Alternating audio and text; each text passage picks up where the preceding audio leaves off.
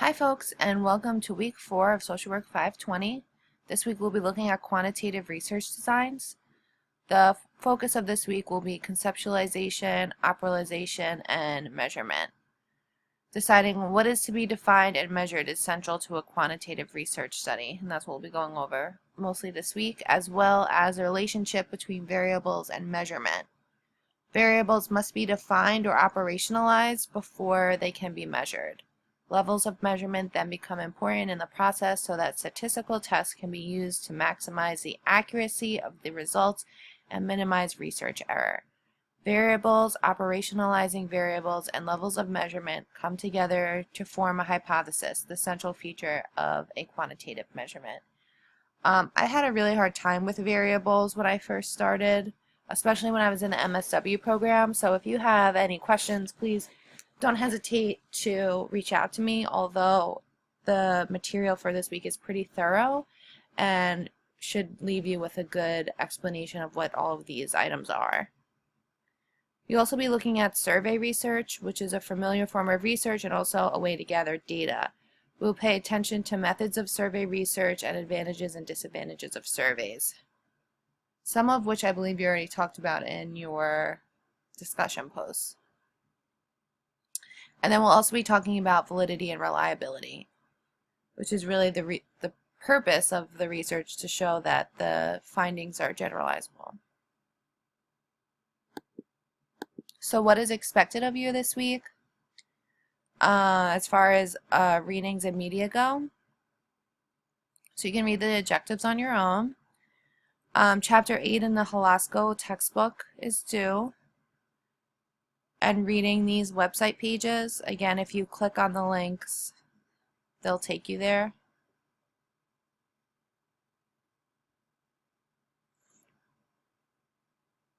And down here, I believe there are 3 videos. Oh, sorry, 4 to 5 videos. I believe this video you've seen already, but it's good for APA reminders. So the videos that you'll be watching are on levels of measurement, nominal, ordinal, and interval. There is another level of measurement, ratio, that isn't in this video. Interval and ratio tend to be very similar. Another video on validity and reliability. Hypothesis testing.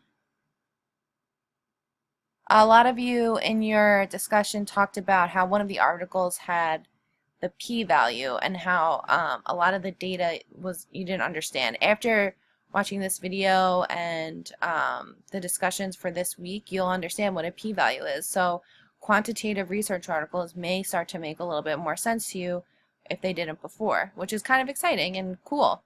So in that video, you'll learn what the p-value is.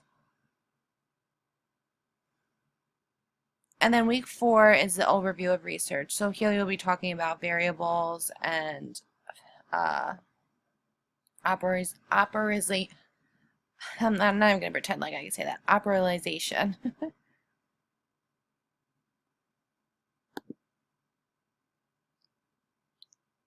And as always, here are the research week 4 slides. Again, it'll go into theory, concepts, variables. I'm going to go into it a little bit. So concepts and variables, the difference between the two. So an important distinction between quantitative and qualitative is this idea of variables. Variables are the main focus of quantitative research, and it's not in qualitative. Okay.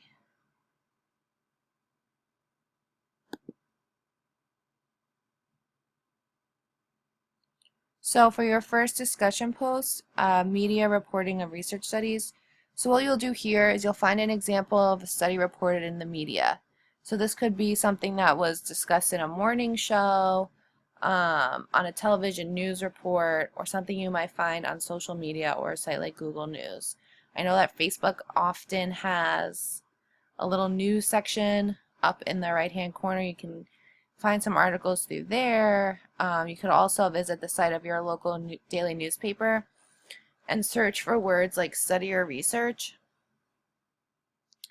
I had to do this assignment also, and it's really interesting to see how many news reporters skew research. So what you'll be doing is reviewing the study by researching the findings. Pretend you're a reporter or detective who needs to fact check the story. Try to find the actual research study whose findings were reported in the media and report to the class a brief overview of the study, how it was presented, and any differences between the study was reported in the media and what you found by researching the study. Include a link to the media report of the study and a link to the study itself if you can find it. And if you have any questions about this or you're having some trouble finding a report, let me know. They're really everywhere though, so I think that you'll be able to do this successfully.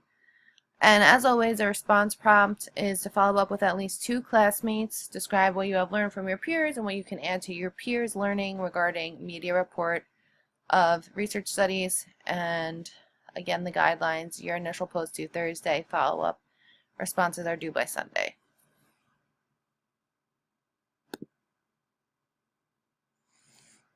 Okay, and then our weekly dyad check-ins and discussion. So for week 4, dyads will meet by phone or Skype and continue their work on their final presentation. This is what you'll be talking about this week. Who was in the sample in each of the articles? How did the researchers access the sample? What kind of sampling was used? Do you agree with where the researchers found the sample population? Why or why not? What were the inclusion and exclusion criteria for the participants, and identify vulnerabilities of the population? By the end of this week, each member of the dyad is to post their answers to all of the above questions. So that's really important. Everyone is to be answering this discussion post. This isn't one person. In addition, each dyad will post the date and times they met by Sunday in this forum.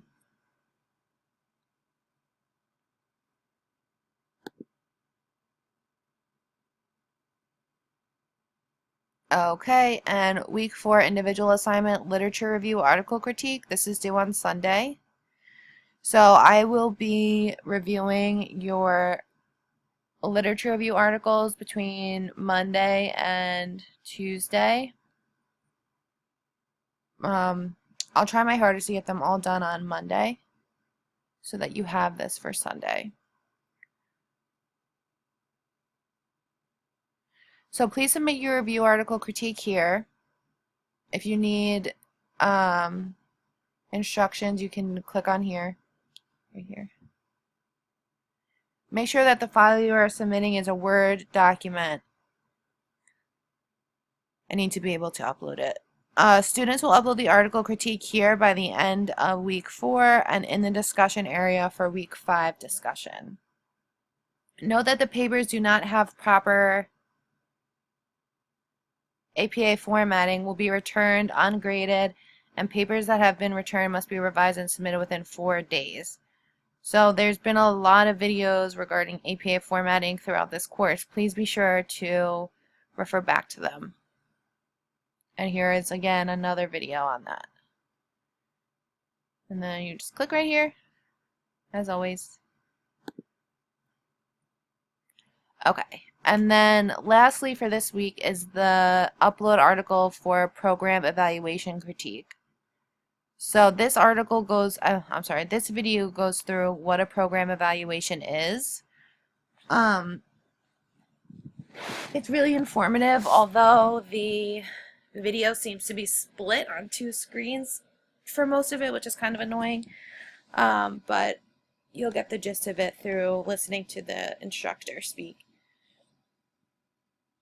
So what is expected of this assignment? Each student will choose a program evaluation research article on a topic of his or her interest and upload a PDF copy of the article for approval. So same thing as a literature review, same thing for the presentation. You have to upload it so that I can review it first.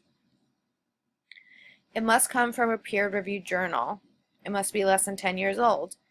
The authors of the article must have conducted the actual program evaluation and it must be at least 10 pages in length.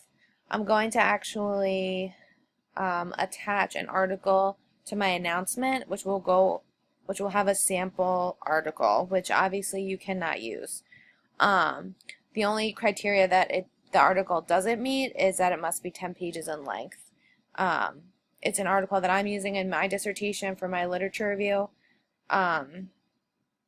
So you can use it as a sample, but again, it is missing one of the criteria items. So just make sure that yours is 10 pages in length. A helpful tip in finding a program evaluation article is to actually use the term program evaluation in your search for an article. Do not use Google or a similar search engine to find your articles, as you won't find nearly as many scholarly articles through these sites as you would searching a legitimate database. So please use Widener's library, the electronic database to find your articles. It's how I find all my articles. It's a way that you can ensure that your research is peer-reviewed and in an academic journal. Therefore, there's no chance for wishy-washiness within how the research might have been conducted. Somebody already submitted it, so that's awesome. Thank you for that. And then lastly is the mid-semester evaluation. This is really important. I think some people try to just skip over the evaluations because they just take up time, but it's actually really valuable for me as an instructor to know where I could be improving, or the program as a whole could be improving. So it's really important that you get this in. There's a mid-semester eval now, and then there'll be a final semester evaluation at the end of the term. Okay, so that's it for this week. I will post a video on what is to be expected for the program evaluation paper going over the rubric. But besides that, I hope that you all have a great week.